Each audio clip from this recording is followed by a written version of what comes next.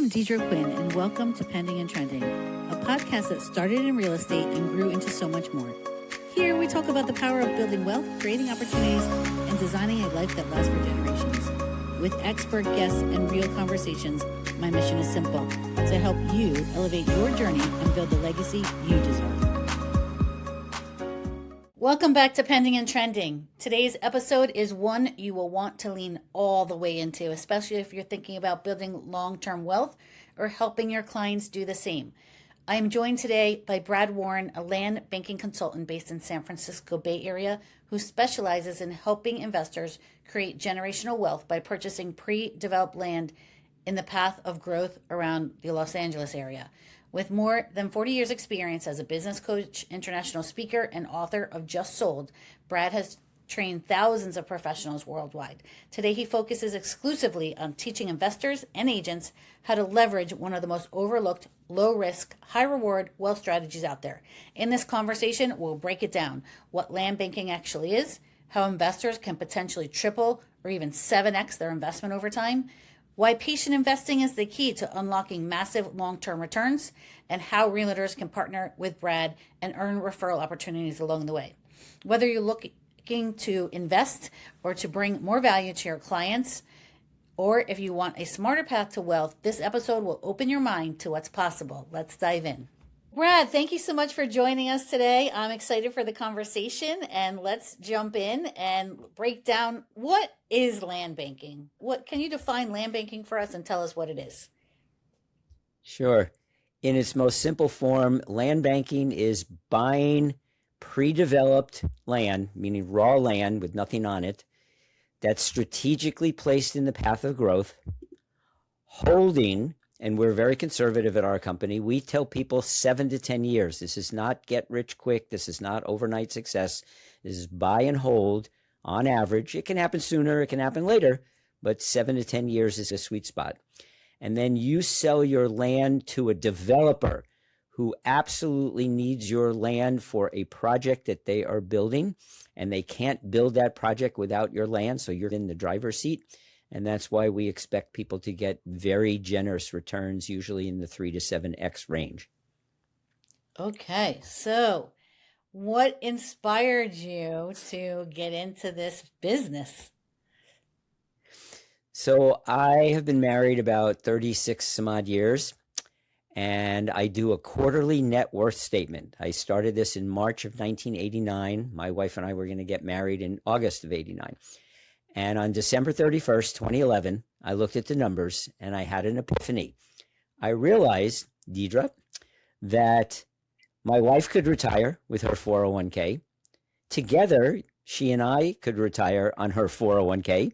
But if I was on my own as a single person at that point in life, I did not have enough money in the bank to retire. So I called my land banker. Her name is Marcella Silva. She was in a networking group with me, actually wound up marrying one of my best friends. And I said, you got to come to the house, do your presentation, which she did at the kitchen table. And my wife got up at the end and said, no, thank you. I like my 401k, 7 to 10 years. It sounds like speculation, and walked out. I turned to Marcella and I said, this is for me. I've got enough to buy a piece of property. A couple months later, she came in January of 2012. 2 months later, I had my first property. A year later, I bought another. A year later, I bought another. Then my wife comes with me to hear Marcella at a hotel do a presentation on land banking. I said, you already heard her 3 years ago. She said, yeah, but you've been getting involved. You've gone down and looked at your land. You even brought home little bags filled with dirt from where your actual property is. And you've made all these referral fees. You've made like tens of thousands of dollars in these 3 years just referring business to her. Maybe I missed something, but I'm not going to buy. The whole way in the car, Deidre, she's going, I'm not going to buy. I said, okay, fine. Just come and listen. And people bring their potential investor friends to meet Marcella and hear her presentation. At the end of the presentation, I said, okay, Marie, we got our gym bags in the car. Let's go to the gym. She said, no, I want to hear the properties that Marcella has. I said, you told me you weren't going to buy it. I know, but I just want to hear. She bought 2 out of the 4 that was presented that day. She had her checkbook with me, which I did not know. And she wound up putting down deposits on 2 properties. So that was number 4 and 5. And today we own 12. And that's how I got involved in becoming a land banker. And now I work for the company. I actually got my real estate license in 2018, and I now sell land. I sell dirt, is what I tell people. I sell dirt. So I love that. I saw that. I love your tagline. I sell dirt. So that's awesome. And I really like the way your wife came around, right? And I feel like that's really a typical story. You have to see it to believe it sometimes, right? It's, oh yeah, whatever. There's so many different tactics and things out there that you stay in your path, and you have to really see it sometimes to believe it and want to get involved. So that is great. Can you just get into a little bit, what does an initial investment look like, and how can our listeners get involved if they'd like to? Sure. So minimum investment is $25,000 up to $2 million. That'll get you a property of some kind. There's actually 5 kinds of zoning of land, so there's all different kinds of land that you can get. We have what's called inventory.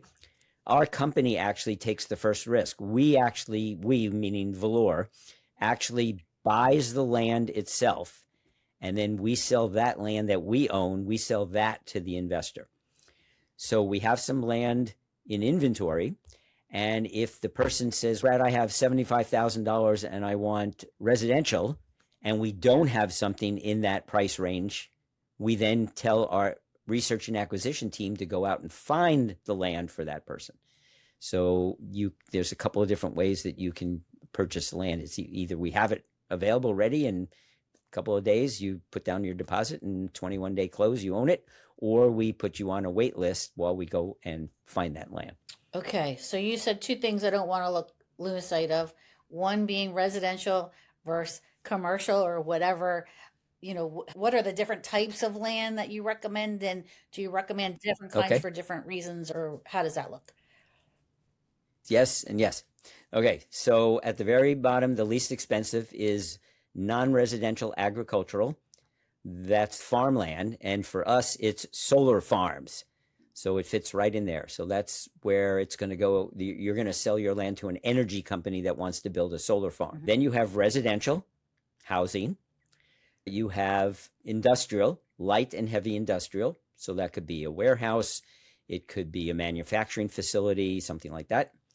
You have commercial, which would be an apartment building or an office building, something like that. And then you have mixed use, which is the most expensive. We don't even have that. It's very difficult to find these days in the price range that we want to offer to our investors. And that would be like a shopping center and a parking garage and housing and stores and all that kind of stuff. So those are the 5. You can tell us based on your pricing, you'll fall into one of those 5 categories. And then that's the kind of land that we'll get for you. Okay. And then how do you know when it's a good time to sell? Is it just when the developer wants it, or how do you advise your clients for that? That you hit the nail on the head. So there's not really a market for your land. You don't put up a sign. I've had a couple of clients go, should I hire a real estate agent and put up a sign and let them know my land's available? And the answer is definitely no. You just wait. We call it lazy person's investing. You do absolutely nothing and you wait, because that's why we say 7 to 10 years. You might be close to development, in the path of development, but far enough away that the development hasn't quite gotten to your place and needs your land yet. So you wait. When eventually someone knocks on your door, that's when we get involved. In fact, it's funny that we're having this conversation today. Just a week ago, one of my clients, I think he bought his land maybe 3 or 4 years ago, light industrial, and he got contacted by a company. That company is buying several properties in the area. How do we know that? Because all of our customers, all of our investors call the home office. They actually call their representative, and then I get in touch with the home office. We offer free negotiation coaching. So he emails me. He lives in Thailand, by the way. He emails me and says, Brad, what do I do? They offered me this. Here's what I paid. So we told him, hold on, this is what we want you to do. Ask a bunch of questions, slow down, don't even reply to them yet. And he's now in the process of us helping him get into that 3 to 7x. They're not at 3x. I think they're at 2x right now. And we said, no, your land is worth more. We know that because other investors that we know of are getting bigger offers. Why aren't they offering you the same as those? So we have, it's not insider information. It's just private information that we know because we keep in touch with our investors. So now we're going to help him through that process. Once he's in 3 to 7, we basically step back and say, it's your dirt. You sell, you can ask for more. You might put yourself in jeopardy, but it's up to you. We're going to back off because you're now in the range that we would like you to get. It's your land. You decide when you want to sell. And then he will have to negotiate either with an attorney or on his own, however he wants to do it, to make sure that the contract is properly written, because of course they're going to write it in a way that favors the developer, and you want to make sure it favors you as the seller. But then it's up to him to determine the actual final sales price. So the investor actually owns the land outright. Is that correct? Correct. They have a fee simple deed in the state of California. It's their dirt. Okay, so then they make the decisions on what to do with it, and you offer free coaching to help them through that. Absolutely correct. Okay. What kind of payment options are available for people that want to invest? Is it only cash? Can it be financed? Can it be done through a retirement vehicle? How can that be done? Okay, 3 questions. Is it only cash? No. Can it be done through a retirement vehicle? Yes. And there are other ways. So cash definitely is the easiest. A lot of my clients use IRA money, but it has to be in a self-directed IRA. I don't know if your listeners are familiar. There's a difference between a regular IRA and a self-directed IRA. Self-directed IRAs are allowed to invest in real estate. And I'm not a financial planner, so I'm not giving financial advice. But all of my land and my wife's land, I should say 10 out of our 12 properties are in a Roth self-directed IRA. And again, you're nodding your head. I'm sure you know a Roth IRA is tax-free on the gain. Federal and state tax-free on the gain.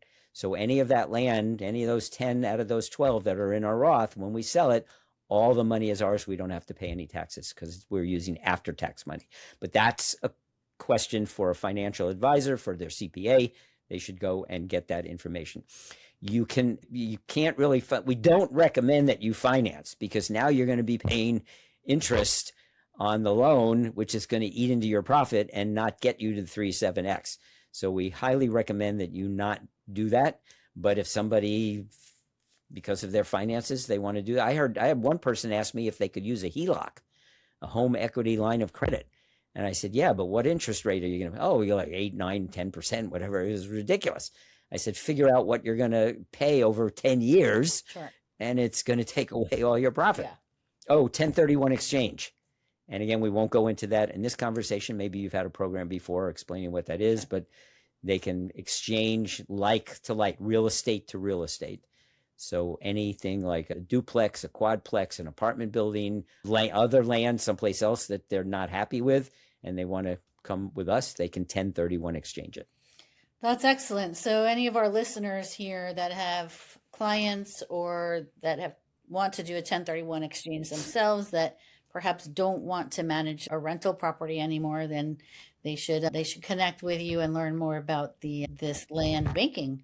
What you said, a typical holding period is typically 7 to 10, and you wait for them to come to you. However, you did just say a case where, okay, I think it was 3 to 4 years where you had somebody now that land is, are there different, does that depend on the type of land that you have, or does it just depend on the growth in the area?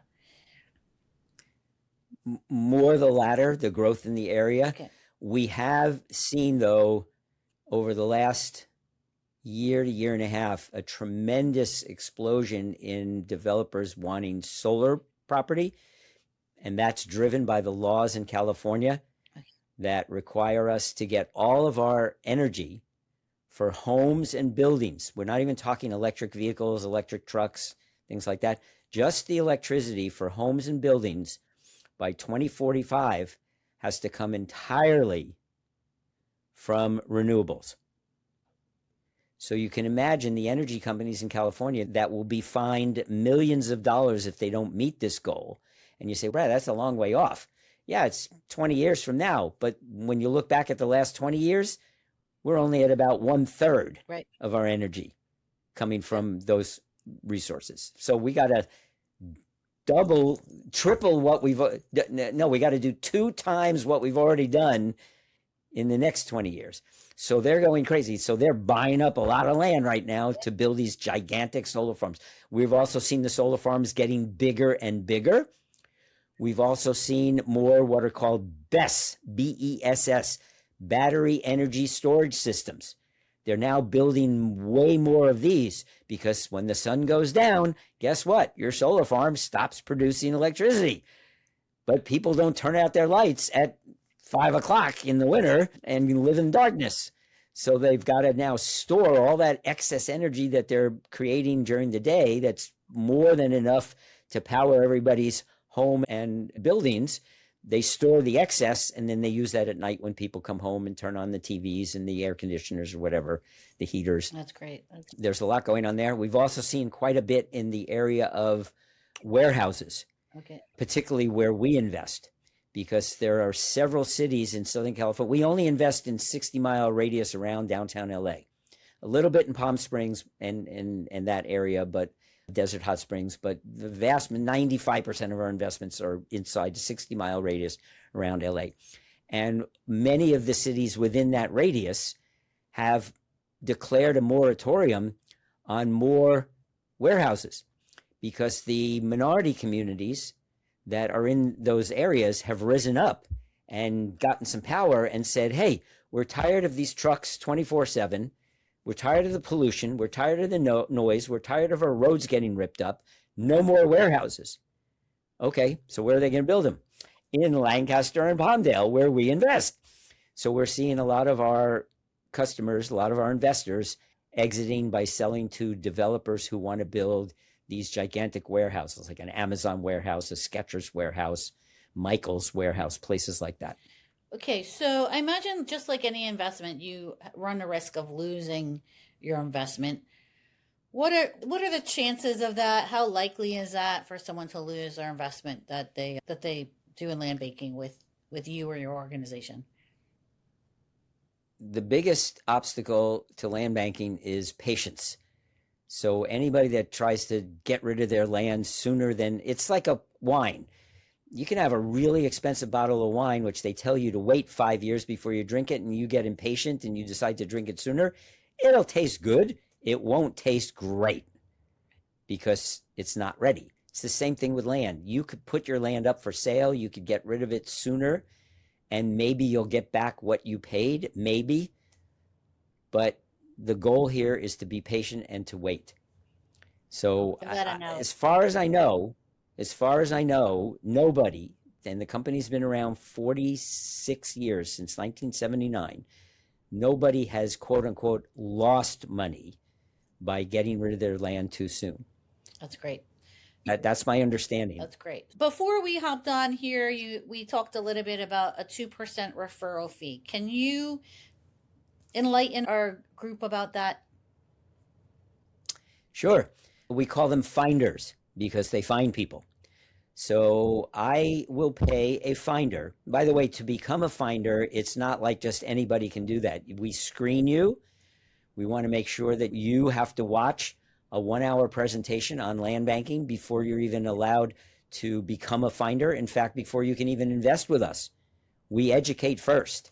We do not allow anybody to invest with us until they understand what land banking is, all the things you and I are talking about, and we're only been talking for maybe 20 minutes. We have a full hour presentation to educate people on land banking. So finders also have to watch that. And then I screen them. I go to LinkedIn, I go to Facebook, I look them up. Are they nice? Do they have a nice circle of friends? Are they somebody I want to work with? And after we've done some more training, I do about a 30-minute Zoom conversation with them and give them some more information. Then they become a finder, and then they can refer people to me. And if that person that they're referring, that investor, invests, I pay 2% of the gross sales price to the finder.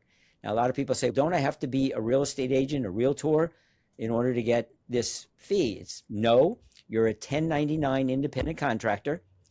We call it a marketing consultation fee because that's literally what you're doing. You're marketing me to the outside world, and then you're introducing people to me. And it's perfectly legal. And you get a 1099, so you're technically supposed to report it to Uncle Sam as earned income. And it's 2% on all sales. So it's not like they buy one property and then I kiss you goodbye and say so long. If they buy a second, third, fourth property, you get a second, third, fourth check. Wow, love that. What an opportunity. Yeah. I actually, after I became a land banker and bought property, I was so excited to turn by this concept that I started referring all of my friends to Marcel. I've made over $55,000 in referral fees. And in fact, I started referring people in 2012. I still get checks here in 2025 from people I referred I love 13 years that. ago. I love that. If they buy another property, I'm still getting a check. So it's Wow, pretty cool. wow. My biggest finder had me on a podcast like this. Yeah. He's made over $45,000 himself. I've sold 21 properties just from that one podcast.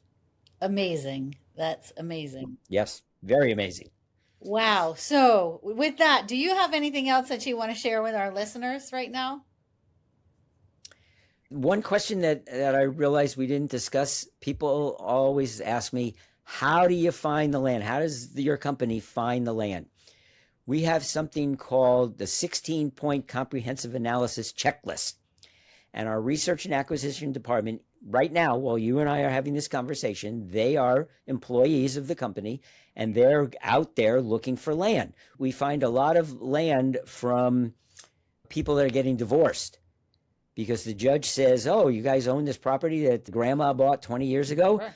And she paid $5,000. You need to either one of you buys out the other one, or you sell it and split the profit. So we find people like that. We have this checklist, and it has to have 16 yes check marks, or we reject the property. So out of every 30 properties that we look at, we buy one. That's about 3%, 3.33%. So out of 100 properties, we'll buy three, and 3 to 4. And they have met these very stringent requirements. And then we know that is a good piece of dirt. It's eventually going to sell for somewhere in that 3 to 7x range. So we use that comprehensive list. We have our research and acquisition team do their homework.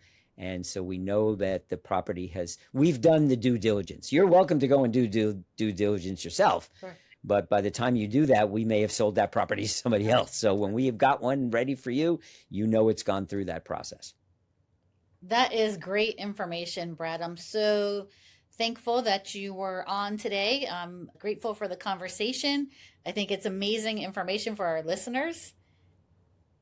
And speaking of your listeners, do they know how to get a hold of me? Yes, so they can find you on LinkedIn at Brad Warren on LinkedIn. And did you have another way that you wanted to?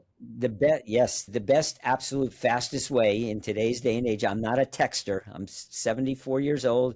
A month from today's December 9th, January 9th of 2026. I'll be turning 75, or as I like to say, I'll be turning 25 for the third time. Happy birthday, 25 for the third time. Thank you. Please email me because I respond to emails much faster than text and phone calls and things like that. And it's just my name. It's Brad at bradwarren.com.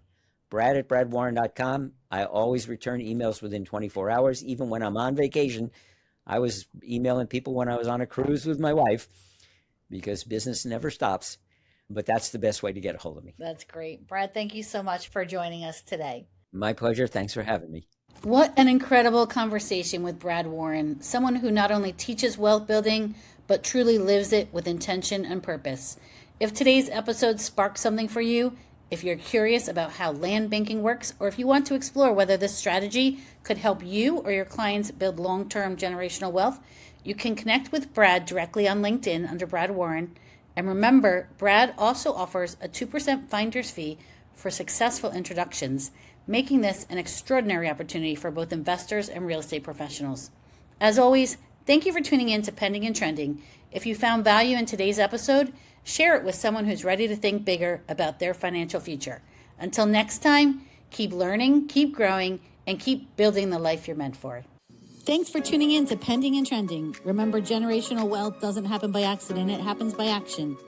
If you liked today's episode, share it with a friend, subscribe, and let's keep elevating your journey together.